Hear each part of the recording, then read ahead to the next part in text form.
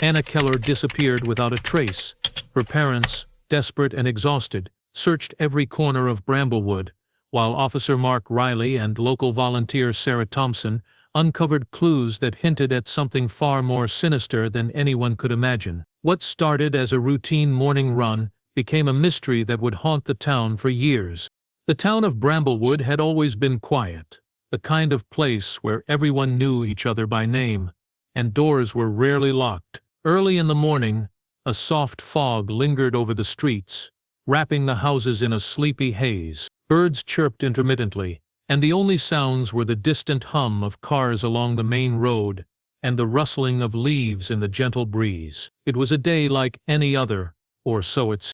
Anna Kellor was a familiar face in the neighborhood. At 17, she had an adventurous spirit and a love for jogging through the nearby woods, where trails twisted beneath the thick canopy of old trees. She often rose before sunrise, determined to finish her run before the town fully woke. On that particular morning, she laced her sneakers and set off along the forest path, her breath forming small clouds in the cold air. Her phone was tucked safely in her pocket, and she carried only a small water bottle, humming softly as she ran. Minutes passed, then hours. Back at her home, her parents grew uneasy when Anna did not return. Her father checked her usual jogging route, calling her name, while her mother notified a neighbor to help search nearby streets. At first, they assumed she might have taken a longer route or stopped to rest. But as time dragged on with no sign of her, panic began to settle in. The friendly calm of Bramblewood started to feel fragile, like a thin glass cracking under pressure. Local authorities were contacted, and a search team was quickly assembled. Police officers and volunteers fanned out, scanning the forest floor for anything unusual. The early morning fog had thickened in the woods, making it difficult to see more than a few feet ahead. Every snapped twig and rustling leaf drew tense glances. The forest that Anna loved now seemed to twist into something sinister, its quietness heavy and foreboding. After hours of searching, a small clue was found: a water bottle lying abandoned near a broken section of fence. The item was unmistakably hers, yet it offered no indication of where she might have gone. Her footprints led to that spot, but vanished entirely beyond it, as if she had disappeared into the mist. Officers documented the scene meticulously, but even experienced investigators found it unnerving. There was no sign of struggle, no evidence of another person, and no reason why she would have left the path. As the day progressed, search teams widened their perimeter, checking old buildings, abandoned trails, and even the riverbank. Concerned residents joined in, forming long lines along the forest edge, calling Anna's name in unison. The deeper they went, the eerier the surroundings became. Birds were silent, and the wind seemed to carry whispers that no one could understand. The forest, once familiar and safe, transformed into a place full of questions and invisible threats. By nightfall, hopes of finding her that day had faded. Lights from flashlights danced over the trees, casting long, distorted shadows. Even with the combined efforts of the town, Anna Kellor was nowhere to be found. Her disappearance marked the end of innocence for Bramblewood, a day when the town realized that peace could vanish as quickly as a shadow in the fog. And in the empty streets and quiet homes, everyone felt the unspoken fear that this was only the beginning of a mystery that would haunt them all. The search for Anna Kellor intensified as the days passed, yet the forest seemed to resist every attempt to hinder her. Volunteers, police officers, and family members scoured every inch of the woods, calling her name and scanning the ground for the slightest clue. The terrain was difficult, with dense undergrowth and uneven paths that twisted in unpredictable directions. Every fallen branch, every shadowy nook became a potential hiding place, and the tension in the air grew heavier with each passing hour. Officers deployed rescue dogs, hoping their trained noses could catch Anna's scent. The dogs moved carefully, sniffing the ground, pausing occasionally, and then leading their handlers deeper into the forest. Trails that seemed familiar to locals became disorienting as the mist settled thickly in the trees. At one point, a dog stopped abruptly, barking at nothing visible. Investigators searched the area thoroughly, But there was no sign of struggle, no broken branches, no disturbed soil, nothing to suggest where Anna had gone. The townspeople grew restless. Rumors began to circulate, fueled by fear and uncertainty. Some whispered that she had been kidnapped. Others feared she had wandered into dangerous territory and gotten lost. Volunteers checked abandoned cabins, old storage sheds, and even the empty train tunnel at the edge of town. Each discovery brought hope, quickly followed by disappointment. Clothes, broken fences, and stray belongings were inspected, but none belonged to Anna. The sense of unease in Bramblewood grew, as if the forest itself were swallowing her and hiding her from the world. Days turned into a week, and exhaustion set in. Search teams rotated shifts, moving tirelessly from one area to the next, yet every path led to dead ends. Helicopters hovered above, their spotlights cutting through the early morning fog, scanning the treetops for a glimpse of her. From above, the forest appeared endless, a vast green and brown expanse that seemed to stretch beyond sight, hiding secrets in its shadows. Each person involved in the search felt the frustration mounting, the feeling that something was being missed, something crucial hidden just out of reach.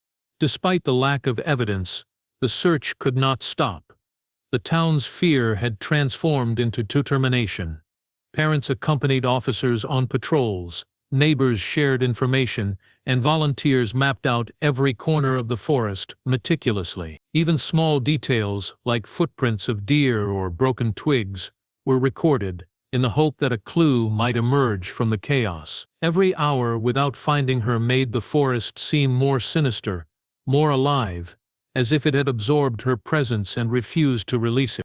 By the end of the second week, the search had become an all-consuming effort. Sleep-deprived volunteers and officers returned home only to wake before dawn and head back into the woods. The emptiness of the forest, once inviting for a morning run, now felt suffocating, and the silence carried a weight that made every shadow a potential threat. Anna Kellor remained missing, her absence echoing through Bramblewood with every rustle of leaves and every distant howl of a dog. The town had begun to understand that this was not just a simple disappearance, it was the beginning of a mystery that refused to be solved, a shadow over their lives that would grow darker with every passing day. 2 weeks into the search, hope in Bramblewood began to flicker like a candle struggling against the wind. Families who had joined the hunt every day were exhausted, and even the officers felt the weight of the unanswered questions pressing down on them. Then a glimmer of potential progress appeared, one that set the entire town on edge. A hiker, unfamiliar with the area, had ventured into a part of the forest often avoided by locals. He stumbled upon a torn piece of fabric snagged on a low-hanging branch, half hidden beneath fallen leaves. Its color was unmistakable, a bright blue sweatshirt that matched the one Anna had been wearing the day she disappeared. The discovery brought a surge of adrenaline to the investigators. It was the first tangible clue in days, something physical to hold onto amid the growing sea of uncertainty. They carefully photographed and collected the fabric, examining it for any traces of DNA, fibers, or other hints that could indicate what had happened. What unsettled them even more was a small metal bracelet lying near the branch, tarnished and unrecognizable to anyone. It was clearly not Anna's, raising a chilling possibility. She might not have been alone when she vanished. The location of the fabric added another layer of mystery. It was deep within a section of the forest, rarely accessed by casual hikers. A place thick with undergrowth and shadowy trails. No official path led there, and reaching it required careful navigation over roots and fallen trees. How Anna's clothing had ended up in such a hidden area, and why, became a question that haunted the search teams. Was it discarded deliberately, or did it fall during a struggle? The answers remained elusive. Police expanded their investigation to include everyone who had knowledge of that area. Maps were scrutinized, old reports reviewed, and locals were questioned about anyone who might have been seen near the wildlife zone. The presence of the bracelet suggested an unknown individual with potential involvement, someone who had not come forward and remained hidden in the shadows. Investigators began to consider scenarios that had once seemed unthinkable, that Anna had been followed, lured, or forced into a situation from which she could not escape. While the town clung to hope that this lid would finally bring clarity, unease spread like wildfire. Parents stopped letting their children roam freely, and even adults avoided the forest trails they had once walked without fear. The discovery of the fabric and bracelet transformed the forest from a place of recreation into a place of suspicion and dread. Every crackling branch and flicker of movement among the trees became a potential sign of danger. Despite the uncertainty, search teams continued to probe the hidden depths of the forest. They traced every possible path, checking abandoned cabins, small clearings, and areas obscured by dense vegetation. Every inch of ground was treated as a potential clue, but the deeper they went, the more the forest seemed to resist their efforts. The torn sweatshirt and mysterious bracelet were the only signs that someone or something had been there, yet they offered no answers to the question that haunted everyone. Where was Anna Kellor, and who had been with her in those final moments? By the end of the day, the town of Bramblewood understood that the discovery had shifted the nature of the investigation. What had begun as a search for a lost teenager was now a probe into the unknown, a puzzle with pieces that refused to fit. And while hope had returned, so had fear, stronger and more unsettling than ever. The forest, once familiar and serene, now held secrets that seemed determined never to be revealed. As investigators studied the torn fabric and the mysterious bracelet, their attention turned to the forest itself, a place that suddenly seemed far more sinister than anyone had imagined. The area where the items were discovered had a long and unsettling history, one that many residents had tried to forget. Decades earlier, there were reports of strange lights flickering among the trees late at night. Some people claimed to hear whispers that carried through the fog, voices that seemed human but could not be traced to any known source. Others spoke of shadowy figures glimpsed between the trunks, always just out of reach, vanishing as quickly as they appeared. Old police files, yellowed with age, contained accounts of a reclusive man who once lived deep in that section of the forest. He had built a small cabin hidden beneath a dense canopy, and for years no one had seen him venture far from it. Rumors suggested he had an unusual fascination with the woods, collecting plants, rocks, and objects of no apparent value. Locals believed he conducted strange experiments, though what exactly he did remained a mystery. When he disappeared years before Anna's arrival, there was no explanation, and the town gradually moved on, though the forest retained an air of unease. Investigators wondered if the past and the present were connected. Could the reclusive man or someone influenced by him be linked to Anna's disappearance? Every step deeper into the forest seemed to raise more questions than answers. The ground was littered with old broken objects, rusted tools, shattered glass, and twisted metal. Moss and leaves had grown over them, but each item told a story of human presence, of someone moving through the woods with purpose. The forest seemed alive with memory, keeping the secrets of all who had ventured there before. Residents began sharing stories they had long kept to themselves. Farmers who worked near the edge of the forest recalled lights hovering at night, sometimes in shapes that resembled human figures. Hunters spoke of sudden cold spots where their breath froze mid-air, and dogs refused to enter certain parts of the woods. Even children mentioned hearing footsteps following them while they played near the trails. The town realized that what had seemed like isolated incidents were part of a larger troubling pattern. The investigators visited every location mentioned in the old files, checking the sites of the reclusive man's cabin and in places where previous disappearances had occurred. Nothing obvious was found at first, but small clues began to emerge. Faint trails of disturbed soil, hidden depressions in the undergrowth, and faint markings carved into tree bark that had gone unnoticed for years. Each sign was subtle, almost easy to dismiss, yet collectively they painted a picture of someone or something observing the forest, moving through it quietly, deliberately, and always remaining just out of reach. By the time night fell, the forest had taken on a new, darker personality. The fog thickened, and the shadows seemed to stretch further, hiding unknown threats. Every noise, the creak of a branch, the flutter of leaves, felt amplified. The town of Bramblewood understood that this was no longer just the story of a missing girl. The forest held layers of mystery and history, secrets that had survived decades of neglect, waiting for the moment someone would stumble upon them. And now, it had chosen Anna Kellor as its latest enigma, pulling her into a story far larger and more terrifying than anyone could have imagined. The forest seemed determined to guard its secrets as investigators continued their search. Weeks had passed, and the small clues they had collected, the torn sweatshirt, the mysterious bracelet, and the old markings on trees led them deeper into areas few had explored before. On one overcast afternoon, a team of officers stumbled upon something unusual.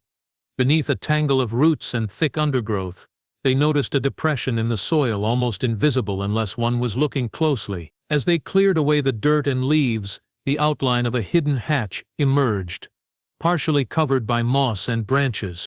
With cautious precision they pried it open, revealing a narrow staircase descending into darkness. The air that rose from the shelter below was cold and damp, carrying the smell of earth and decay. Flashlights pierced the gloom, revealing walls lined with rough wooden planks and shelves filled with objects that seemed abandoned yet deliberately kept. The room was small but meticulously organized, containing food cans, ropes, worn blankets, and clothing that appeared to have been used recently. Every item suggested someone had been living there, surviving in secret, unseen by the outside world. Among the items, a small notebook drew particular attention. Its pages were yellowed and torn at the edges, and the handwriting was uneven, sometimes hurried, sometimes painstakingly neat. The entries were fragmented and cryptic, containing scattered words and drawings that made little sense at first glance. There were references to the Watchers, the Path, and the Quiet Ones, along with crude maps of the forest trails. Investigators could not immediately connect the notebook to Anna, but its presence was alarming. Someone had been living in this hidden space not long before her disappearance, and the contents suggested an obsessive, possibly dangerous mind. The discovery sent shockwaves through Bramblewood. The town had always regarded the forest as a place of beauty and recreation, but now it was clear that parts of it had been used for secret purposes, hidden from anyone who might stumble upon them. Police theorized that the shelter could have been a base, a place where someone prepared, waited, or observed. Yet despite the meticulous order of the items, there were no fingerprints, no signs of struggle, and no personal effects that could identify who had used the shelter. It was as if the person had vanished as completely as Anna herself. Investigators scoured the surrounding forest for any other signs, paths leading to the shelter, disturbed soil, faint footprints. But the area was eerily undisturbed. Every discovery raised more questions than answers. How long had this shelter been in use? Who had been living there? And most importantly, was there any connection to Anna Kellor's disappearance? The sense of unease grew as they realized that the forest, with all its hidden corners, could conceal far more than anyone had imagined. The shelter became a focal point for the investigation. Officers catalogued every object, examined every page of the notebook, and photographed the entire space. Yet even with all this evidence, the mystery deepened. The forest had offered a clue, a glimpse into a hidden world, but it had not revealed the truth. Anna Kellor's fate remained unknown, and the shelter's secrets seemed just out of reach. The town of Bramblewood, once confident in its safety and serenity, now faced the unsettling reality that someone or something had been living in their midst, hidden, watching, and possibly connected to the girl who had vanished without a trace. By the time the shelter was discovered, Bramblewood had changed.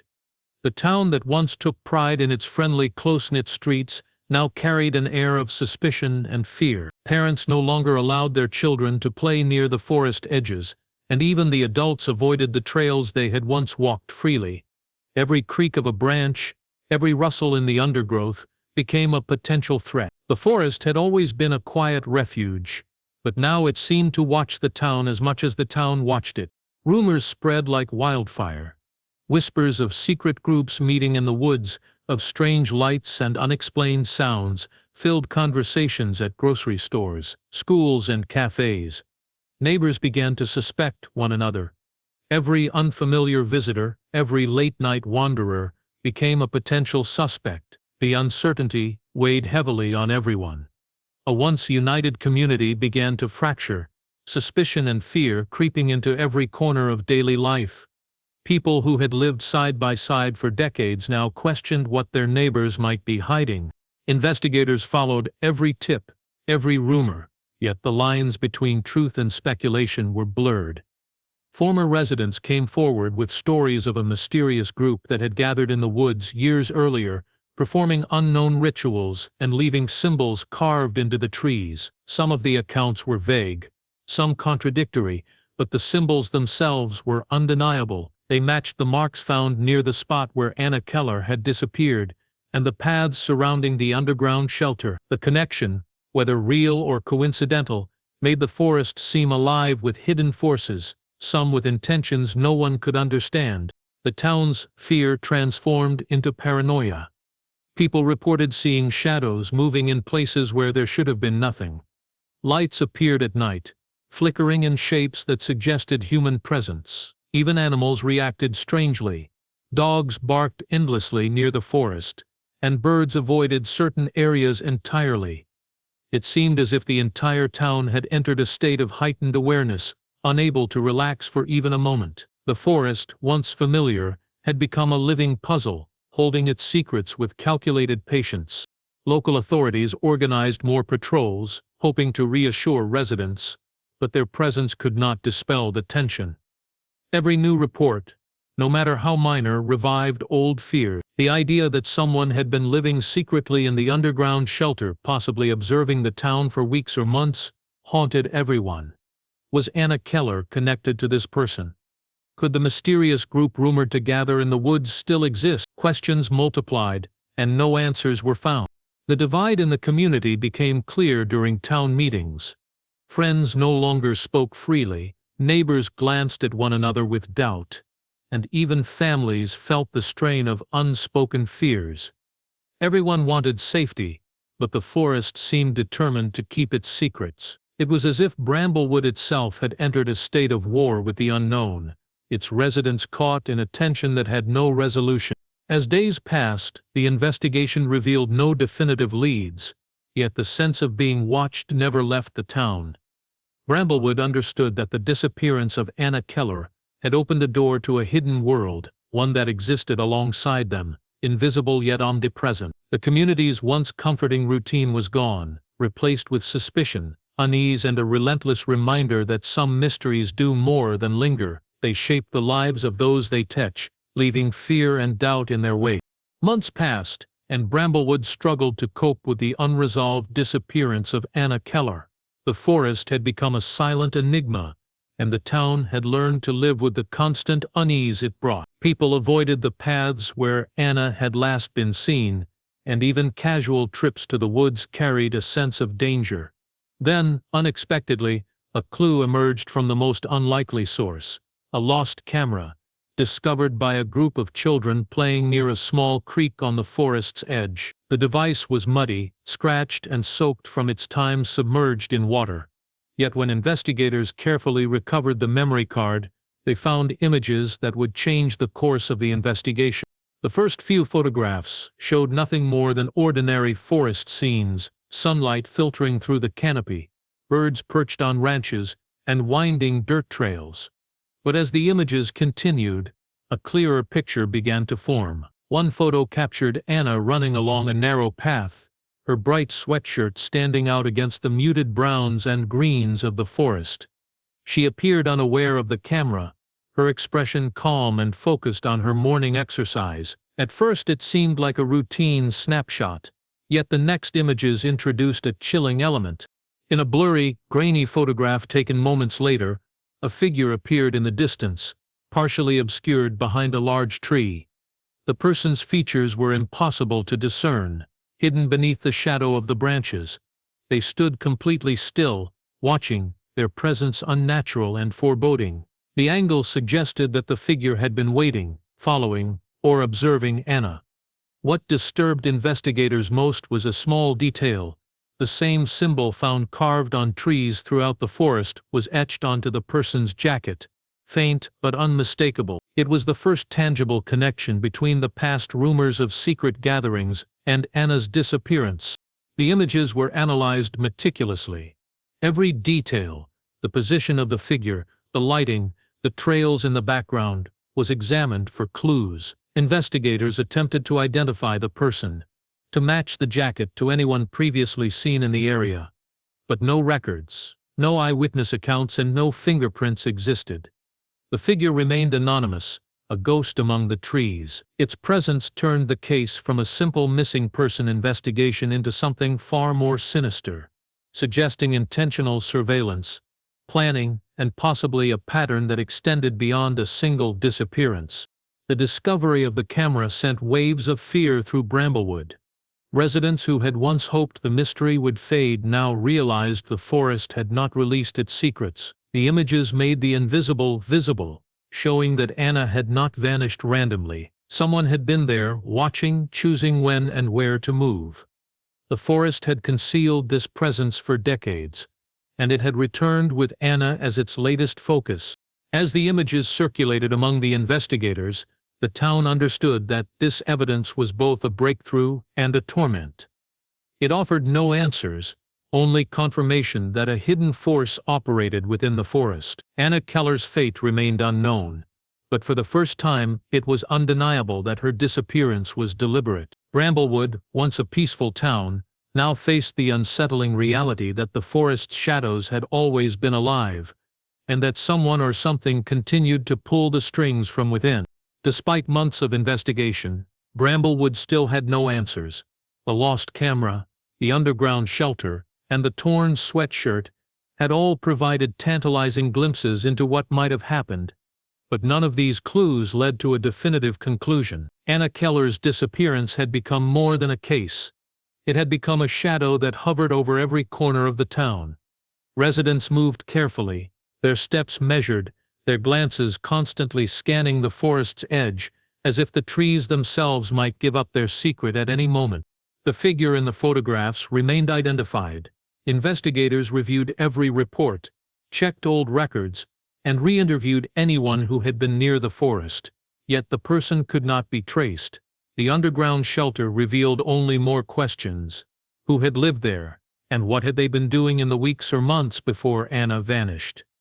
The cryptic notebook contained fragmented entries that hinted at obsession and secrecy, but no explicit confession or explanation. Every clue seemed to point toward a presence in the forest that was intelligent, patient, and careful, leaving no evidence of itself except in fleeting moments. Bramblewood began to understand that the forest was more than a backdrop to the mystery. It was a participant. It had absorbed countless stories of fear and disappearance, holding them in its shadows, twisting paths, and dense undergrowth. People avoided the woods entirely, and even law enforcement hesitated to venture into the deeper areas without preparation. The forest's reputation became one of menace. Its silence, once comforting, now suggested the presence of eyes that could see everything. Families locked doors at night, and strangers were viewed with suspicion. The town was trapped in a state of collective unease. For Anna's parents, the absence of closure was unbearable. They replayed every detail of her last known movements, every possible scenario that might explain what had happened. Sleep eluded them, and grief became entwined with fear, knowing that the answers they sought might never come. The community tried to support them, but the forest's mystery was a constant reminder that there were forces at work beyond comprehension. Even after countless searches, interviews, and investigations, the truth remained stubbornly out of reach. Over time, the town adjusted to living with the unknown. Life continued on the surface, with shops, schools, and streets functioning as usual. Yet an invisible tension lingered. Every unusual noise, every flicker of movement in the trees, every missing pet or wandering animal, was interpreted as a sign that the mystery was still present. People spoke in hushed tones, and old trails were abandoned entirely. Bramblewood had learned that some questions do not have answers, and some shadows are meant to persist. Anna Kellor's disappearance became a legend of its own, a story told with trepidation to children and newcomers. The town understood that the forest would never yield its secrets easily, and that the person or persons responsible might remain hidden indefinitely. Even as years passed, the memory of her loss and the haunting presence of the unknown lingered like a storm cloud over Bramblewood. The mystery had become part of the town itself, a silent, ever-present reminder that some truths are never discovered, and some questions are never answered. Bramblewood had faced fear, suspicion, and uncertainty, but most of all, it had faced the realization that some mysteries are eternal, leaving an imprint that time alone cannot erase.